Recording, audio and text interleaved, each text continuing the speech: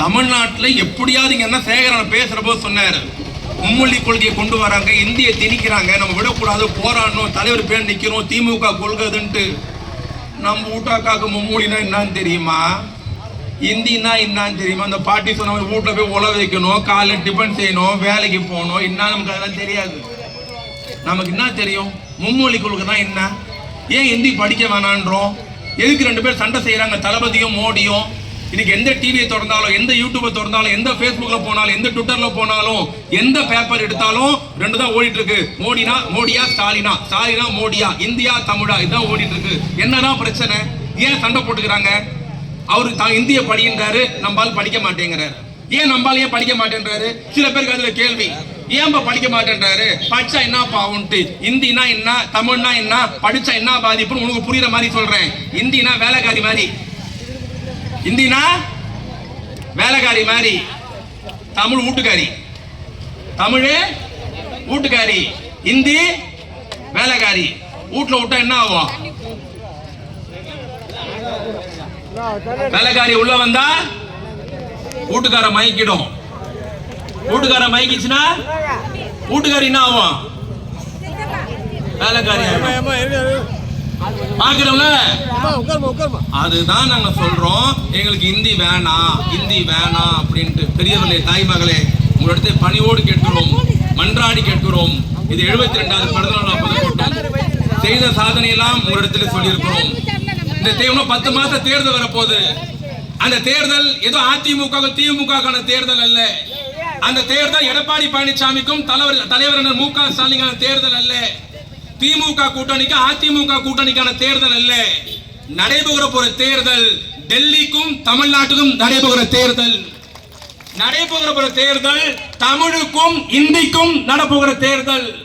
நடைபெற தேர்தல் ஆரியத்திற்கும் திராவிட நடைபெற தேர்தல். இந்தி மொழியா தமிழ் மொழியா, நம்ம யார் பக்கம் நிற்க வேணும்? இந்த மோடியை பத்தி ஒண்ணு சொன்னேன். அல்ல, நம்ம நல்ல இது இங்க வரைக்கும் வருது. நானும் சீக்கிரம் போனாதான் நடக்கும். அது சரிண்ணா, உனக்காக ஒரு வார்த்தை சொல்றேன்னா, 10 வருஷம் மோடி பிரதமரா இருந்தார்.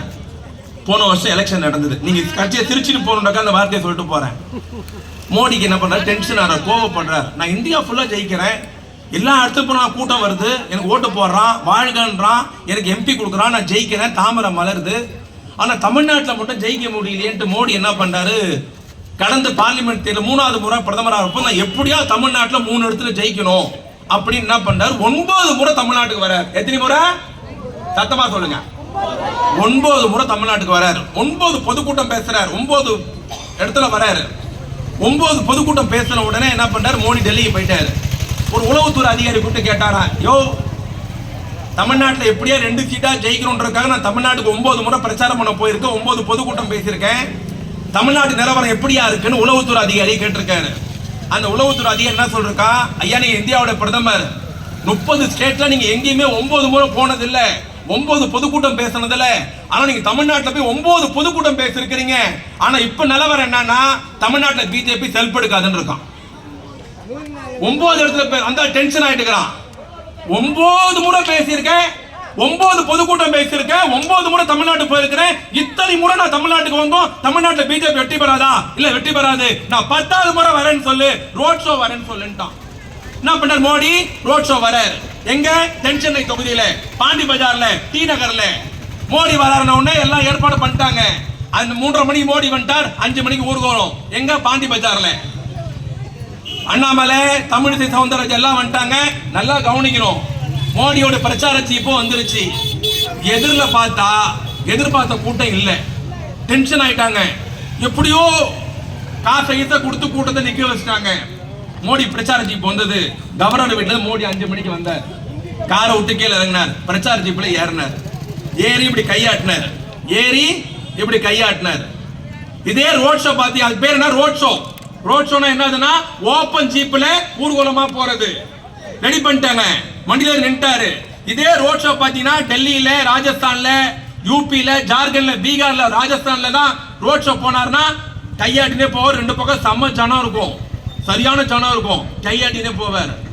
அங்க ஒரு கோஷம் போடுவாங்க. எங்க டெல்லியில, பீகார்ல, யூபில, ஜார்க்கண்ட்ல எல்லாம் என்ன கோஷம்னா, கார் மோடிக்கு காருக்குள்ள ஒருத்தர் உட்கார்ந்துருப்பான் மைக்க வச்சுக்கின்னு. அவன் என்ன கோஷம் போடுவானா, ஆப்கி பார் அப்படின்னுவான். என்ன சொல்லுவான், ஆப்கி பார் அப்படின்னு இவன் கத்துவான். எதுல இருக்கிற ஜனம் என்ன சொல்லணும்னா, சார் சூப்பர், சார் சூப்பர். இது டெல்லியில, ராஜஸ்தான்ல, ஜார்க்கண்ட்ல, பீகார்ல ஓகே. நம்ம வீட்டு பிள்ளைங்களுக்கு அதெல்லாம் என்ன தெரியும்? மோடி வந்தாரு, பிரச்சார ஜீப்ல யாருனாரு, இப்படி கையாட்டினாரு. அந்த உள்ள உட்கார்ந்து அந்த மைக்க வச்சுக்கின்னு அவன் என்ன பண்ணா, ஆப்கி பார் அப்படின்னா. எதிர இந்த ஜனம் எல்லாம் choco bar, choco bar, choco பாரா, சார்த்து பாருன்னு சொல்லணும். என்ன சொல்லணும்? இது என்ன சொல்லிச்சு நம்ம ஜனம்? சாக்கோ பாருணும். அதனால டென்ஷன் ஆச்சு. வண்டி அங்கே நிறுத்தி கீழே இறங்கி அண்ணாமலையை கூப்பிட்டு அவன் குடிஞ்சு பின்னான்னு கேட்டுக்கிறான். ஆனா பெரிய மனுஷன் போறப்போ உண்மையை சொல்லிட்டு போய்க்கிறான். அண்ணாமலையை கூப்பிட்டு மயில கூட ஜெயிக்க மாட்டேன்னு போயிட்டான். நான் ஊரெல்லாம் சொன்னேன், டேய் முடியாதுடா, நடக்காதுடா, மக்கள் ஏத்துக்க மாட்டாங்கடா. இன்னும் பகிரங்கமா சொல்லணும்னா, அமித்ஷா தலையிலே மயிர் முளைத்தால முளைக்குமே தவிர தமிழ்நாட்டில் தாமரை மலராதுன்னு தெரிவித்துக் கொள்ளணும்.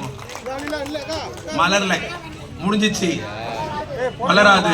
2026 சண்டை செய்வோம். அந்த சண்டை இந்திக்கும் தமிழுக்கும். தமிழனாய் நிற்போம், சண்டை செய்வோம், தமிழகத்தை வெல்ல வைப்போம், தமிழகத்தின் மானத்தை காப்போம், தன்மானத்தை காப்போம் சொல்லி நல்ல வாய்ப்புக்கு நன்றி தெரிவித்து விடைபெறுகிறேன். நன்றி, வணக்கம். அனைவரும் இருக்கையில் அமரவும். இப்போது நலத்திட்ட உதவிகள்